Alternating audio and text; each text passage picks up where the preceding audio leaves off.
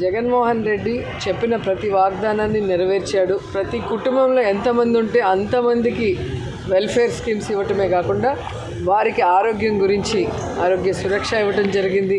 ఆ కుటుంబానికి ఈ విధంగా చక్కటి చదువును ఆ పిల్లలకి ఫ్రీ ఆఫ్ కాస్ట్తో క్వాలిటీ ఎడ్యుకేషన్ ఇవ్వడం జరుగుతుంది. కానీ చంద్రబాబు నాయుడు 14 సంవత్సరాలు ఈ రాష్ట్రానికి ముఖ్యమంత్రిగా ఉన్నా ఎప్పటికప్పుడు మాయమాటలు చెప్పి అధికారంలోకి రావడానికి ప్రయత్నం చేశాడు తప్ప అధికారంలోకి వచ్చాక ఎప్పుడైనా తను ఇచ్చిన వాగ్దానాన్ని ఒక్కటైనా కరెక్ట్గా నెరవేర్చారని నేను అడుగుతున్నా. సో ఇది ప్రజలు కూడా అడుగుతున్నారు, ఎవరైనా తెలుగుదేశం వాళ్ళు ఊర్లలోకి వస్తే. అందుకే వాళ్ళు పేపర్లలో ఏసీ రూముల్లో ప్రెస్ మీట్లకే పరిమితం అయ్యారు తప్ప ప్రజల్లో డోర్ టు డోర్ రమ్మని మేము ఎన్నిసార్లు వాళ్ళని పిలిచాం. మీకు దమ్ముంటే ఆయన కంటెస్ట్ చేసే కుప్పమైనా, నేను కంటెస్ట్ చేసే నగిరిలో అయినా, ఎక్కడైనా ఏ విలేజ్ అయినా ఏ వార్డుకైనా మేము రెడీగా ఉన్నాం. సో మీరు 14 సంవత్సరాలు ఏమైనా వెల్ఫేర్ మీరు చెప్పింది చేశారా? మేము చెప్పింది చేశామా లేదా? ఆ కుటుంబానికి, ప్రతి కుటుంబానికి వెళ్దాం. అది ఏ పార్టీ వాళ్ళైనా కూడా మేము ధైర్యంగా చెప్పగలం.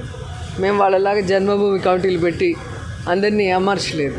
కాబట్టి ప్రజలు తెలుసుకుంటున్నారు చంద్రబాబు నాయుడు ఊసర వెళ్ళిలాగా ఎలా రంగులు మారుస్తున్నాడు.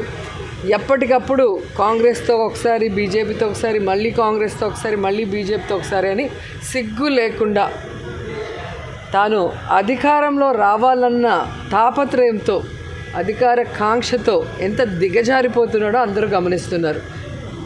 తిరుపతికి వచ్చినప్పుడు ఏ విధంగా చెప్పులు రాళ్ళు అమిత్ షా కారు మీద వేయించారో అందరూ గుర్తుపెట్టుకున్నారు. అమిత్ షా అయితే బాగా గుర్తుపెట్టుకొని ఉంటారు. అలాంటి వ్యక్తి ఈరోజు తనకన్నా వయసులో చిన్నైనా పర్లేదు కానీ తనకి సపోర్ట్ చేస్తే చాలు మోడీ దగ్గర అన్నట్టుగా ఆయన కాళ్ళు మొక్కే స్థాయికి దిగజారిపోయాడు. ఇంతకన్నా పొలిటికల్గా మనిషిగా ఎవరు కూడా దిగజారలేరు. 3 సార్లు ముఖ్యమంత్రిగా చేశాడు, వయసులో పెద్దవాడు. అలాంటి వాడు ఈరోజు అమిత్ షా గారి కాళ్ళు మొక్కాడు అంటే పొత్తు కోసం, అధికారం కోసం ఏ విధంగా వెంపర్లాడుతున్నాడు అనేది అర్థం చేసుకోవాలి. ఇప్పటికీ కూడా ప్రజలని ఈరోజు నేను తప్పు చేశాను, ఇకనైనా నాకు ఒక అవకాశం ఇస్తే నేను మీకు ఇది చేస్తా అది చేస్తా అని ఒక భరోసాని కలిగించాలన్న ఆలోచన ఆయనకు లేదు. ఎంతసేపు జగన్మోహన్ రెడ్డి గారిని తిట్టడం, జగన్మోహన్ రెడ్డి గారి మీద విషం చిమ్మటం, లేదా ఎవరో ఒకరికి కాళ్ళు పట్టుకోవడం. ఒకటి సోనియా గాంధీ కాళ్ళు పట్టుకుంటాడు, లేదంటే అమిత్ షా మోడీ కాళ్ళు పట్టుకుంటాడు. ఇది ఆంధ్రప్రదేశ్కి అవమానం. ఇలాంటి వాడు ఇక్కడ పుట్టినందుకు, ముఖ్యంగా మా చిత్తూరు వాళ్ళు తలదించుకుంటున్నాము ఇలాంటి వాడు మా డిస్టిక్లో పుట్టినందుకు. జగన్మోహన్ రెడ్డి గారు ఇన్స్పిరేషన్ అనేసి అతను స్పీచ్ ఆంధ్ర యూనివర్సిటీలో చెప్పారు. ఈ నిగ్గు కూడా జగన్ జైజల్ పట్టడం ఏంటనేసి ఈనాడు పేపర్లోని ప్రచురించారు.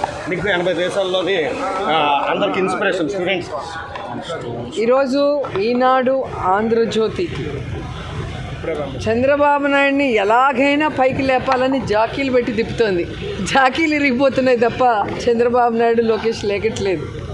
అదే జగన్మోహన్ రెడ్డి గారికి ఆయన ఏం పబ్లిసిటీ చేసుకోరు. మీరు చూస్తారు కదా, పెద్దగా ఎవరితో కూడా ఫోన్లో నన్ను పొగడమని అడగడు.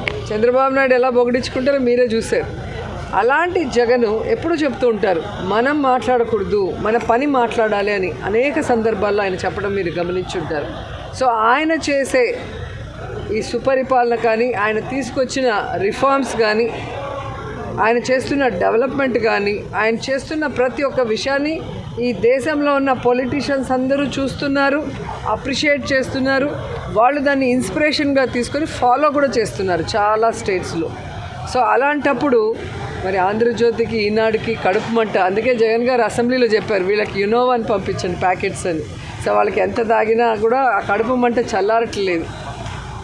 కాబట్టి ఎవరైనా పొగిడారు అంటే ఖచ్చితంగా ఒక మనిషి ఒక విలువలతో కూడిన రాజకీయాలు చేసినప్పుడు, ప్రజలకి మంచి చేసినప్పుడు, పేదవాడికి విద్య వైద్యాన్ని ఫ్రీ ఆఫ్ కాస్ట్లో నాణ్యమైనది అందించినప్పుడు ఎవరైనా పొగుడుతారు. ఆ పొగడ్తల్ని ఆంధ్రజ్యోతి ఈనాడు స్వీకరించలేకపోతుంది, అంతే.